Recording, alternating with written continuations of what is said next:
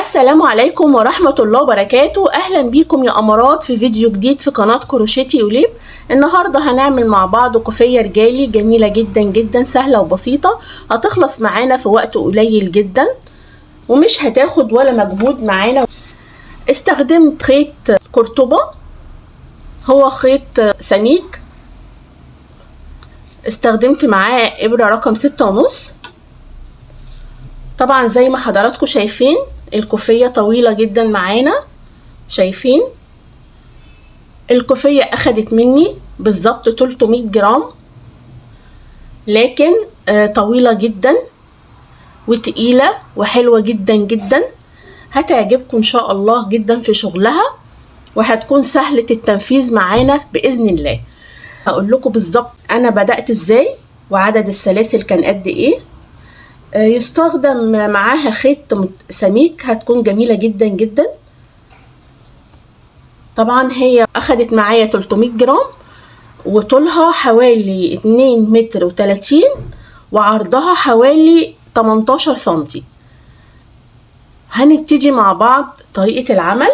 هنبدأ مع بعض طريقة العمل، نقول بسم الله، وهعمل عقدة بداية عادية جدا.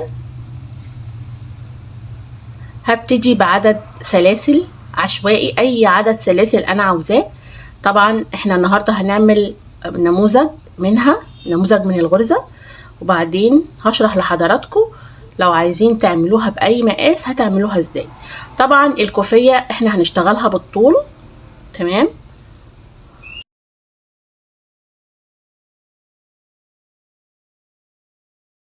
انا عملت عدد من السلاسل. اول حاجة هعملها بعد ما عملت عدد السلاسل هرتفع 4 سلاسل، 1 2 3 4. طيب ال4 سلاسل دول انا هلف السلسلة بالشكل ده، وبرضو هسيب ال4 سلاسل 1 2 3 4، وفي الغرزة الخامسة هاخد لفة على الابرة وادخل اعمل عمود بلفة.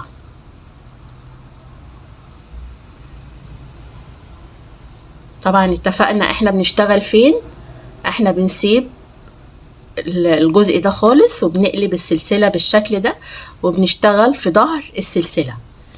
اول حاجة عملتها عمود بلفة بعد ما ارتفعت 4 سلاسل. العمود التاني،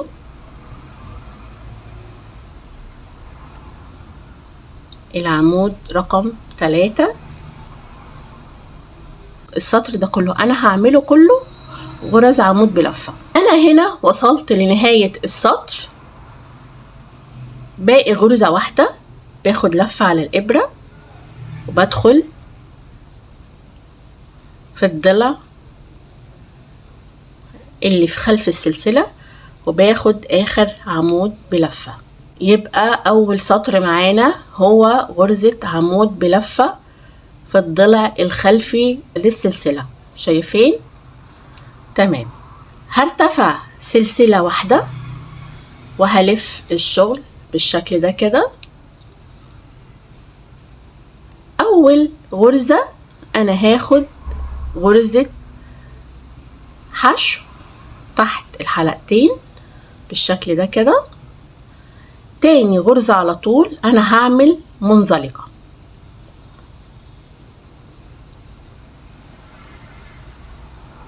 تالت غرزة هعملها نص عمود بالشكل ده كده. الغرزة اللي بعدها هتكون منزلقة كده بالشكل ده. الغرزة اللي بعدها هتكون نص عمود، باخد لفة على الإبرة وادخل تحت الحلقتين وبعمل نص عمود. الغرزة اللي بعدها بعمل منزلقة، واللي بعدها نص عمود، لفة على الإبرة وادخل تحت الحلقتين واطلع من ال3 حلقات، واللي بعدها منزلقة. طيب احنا كده السطر بتاعنا هيكون ايه؟ عبارة عن غرزة نص عمود وغرزة منزلقة، وارتفعت سلسلة واحدة وعملت في اول غرزة غرزة حشو. تمام، هكمل السطر ونرجع مع بعض. انا هنا وصلت لنهاية السطر، اخر حاجة عملتها كانت نص عمود. الغرزة اللي بعدها هتكون منزلقة، بدخل تحت الحلقتين وبعمل غرزة منزلقة. الاربع سلاسل الارتفاع اللي احنا عملناهم اول حاجة في السطر السابق، بدخل في الغرزة رقم 4 كده وبعمل غرزة حشو. يبقى احنا السطر التاني ده بنبتديه وبننهيه بغرز الحشو، وبعد اول غرزة حشو باخدها بعمل غرزة نص عمود وغرزة منزلقة، بفضل كده لحد نهاية السطر، وبعدين بنهي السطر بغرزة حشو. هرتفع 3 سلاسل بالشكل ده كده، وبعدين هلف الشغل معايا. شايفين شكل الغرزة بدأ شكلها يظهر ازاي؟ طيب انا هرتفع 3 سلاسل زي ما اتفقنا. اول غرزة انا بعتبر 3 سلاسل دول اول عمود، تمام. بعدين هاخد لفة على الابرة، وفي الحلقة الخلفية شايفين انا دخلت فين؟ باخد لفة كده على الابرة وبعمل عمود بلفة بالشكل ده كده. اول غرزة معانا في السطر هي غرزة عمود بلفة في الحلقة الخلفية. سلاسل الارتفاع دي انا بحسبها اول عمود عادي، وما باخدش اي غرز في نفس المكان، تمام. باخد لفة على الابرة وفي الحلقة الخلفية بعمل عمود بلفة، لفة على الابرة وفي الحلقة الخلفية بعمل عمود بلفة. يبقى السطر ده هنشتغله ازاي؟ احنا هنشتغل السطر ده كله غرزة العمود بلفة في الحلقة الخلفية. هنكمل الشغل مع بعض ونرجع. انا هنا وصلت لنهاية السطر، اخر حاجة عملتها عمود بلفة. هاخد لفة على الابرة، وبرده في الحلقة الخلفية هدخل اعمل اخر عمود في السطر بالشكل ده كده.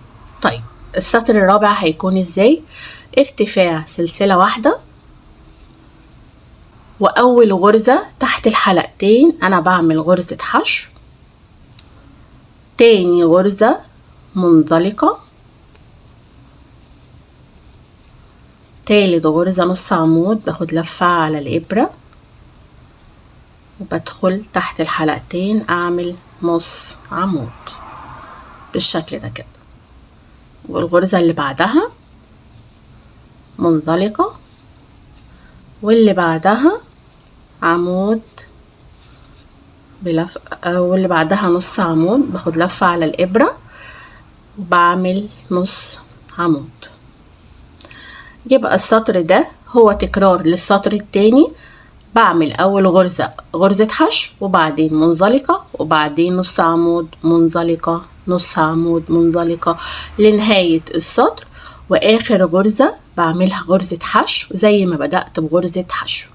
هكمل السطر مع بعض ونرجع نشوف الشغل بقى شكله ازاي. انا هنا وصلت لنهاية السطر، اخر حاجة اشتغلتها نص عمود، الغرزة اللي بعدها منزلقة، اخر غرزة معايا اللي هي 3 سلاسل غرزة الارتفاع في السطر السابق. باجي في الغرزة رقم 3 وبعمل غرزة حشو. السطر الرابع هو تكرار للسطر الاول، ارتفاع 3 سلاسل بالشكل ده كده، وبلف الشغل. شايفين الغرزة وجمالها؟ سهلة جدا جدا وبسيطة جدا، وهتخلص معانا بسرعة رهيبة، وهنشوف ده اثناء العمل. برتفع 3 سلاسل وهي بتحل اول عمود في السطر. انا هنا ما بشتغلش اي حاجة جنب ال3 عواميد دول، وبعدين باخد لفة على الابرة وفي الحلقة الخلفية للغرزة اللي بعدها على طول بعمل غرزة عمود بلفة. يبقى بنستنتج من النموذج ده ان احنا بنعمل سطر عمود، والسطر التاني بدايته غرزة حشو ونهايته غرزة حشو. تاني سلسلة على طول بعد غرزة الحشو بتكون منزلقة، وبعدها بتكون نص عمود، وهكذا غرزة منزلقة وغرزة نص عمود لنهاية السطر. وطبعا زي ما اتفقنا بنبتدي بغرزة حشو وننتهي بغرزة حشو. بكل بساطة النموذج ده زي ما احنا عاوزين نعمل طول الكوفية، هنبتدي بعدد السلاسل المناسب لينا في طول الكوفية. يعني أنا هنا ابتديت بعدد سلاسل، عملت 230 غرزة زائد 4 غرز، دول سلاسل الارتفاع للسطر الأول، وبعدين قلبت السلسلة واشتغلت في الضلع الخلفي. أول سطر كان عمود بلفة، تاني سطر كان بدايته ونهايته غرزة حشو، وبعدها نص عمود ومنزلقة لنهاية السطر. وزي ما شرحنا مع بعض هو تكرار سطرين فقط، السطر الأول غرزة عمود، السطر الأول غرزة عمود، والسطر التاني أوله وآخره غرزة حشو، وكل سطر غرزة نص عمود وغرزة منزلقة. بنفس الطريقة وبنفس التكنيك هنكمل الكوفية للآخر. طبعا زي ما قلت لحضراتكم أنا بشتغلها بالطول، يعني عدد السلاسل اللي هنشتغل بيها في البداية هو ده هيكون طول الكوفية معانا. طبعا أنا بقترح على حضراتكم إن انتوا تعملوا عدد سلاسل كتير، وبعد ما بنعمل أول سطر وبنشوف الطول اللي احنا محتاجينه بنفضل بنشتغل على قد ما احنا عايزين، والباقي بنسيبه بنشطبه في الآخر. حتى لو فضلت معانا سلاسل للبداية احنا في النهاية بنفكها وبندخلها في الشراشيب.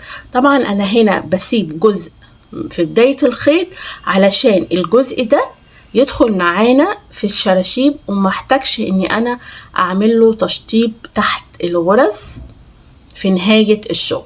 تمام. وزي ما شفنا مع بعض الكوفية وشكلها مميز جدا وسهلة وبسيطة. وزي ما قلت لحضراتكم انا بدأت بغرزة عمود بلفة، وبعدها بدأت بالسطر التاني، وبعدها تكرار ارتفعت بالأسطر، عملت العرض اللي أنا محتاجاه وأنهيت الشغل، وعملت شراشيب عادية جدا للكوفية في النهاية. بتمنى كوفية النهاردة وشغل النهاردة وفيديو النهاردة يكون عجبكم. بتمنى دعمكم، والسلام عليكم ورحمة الله وبركاته.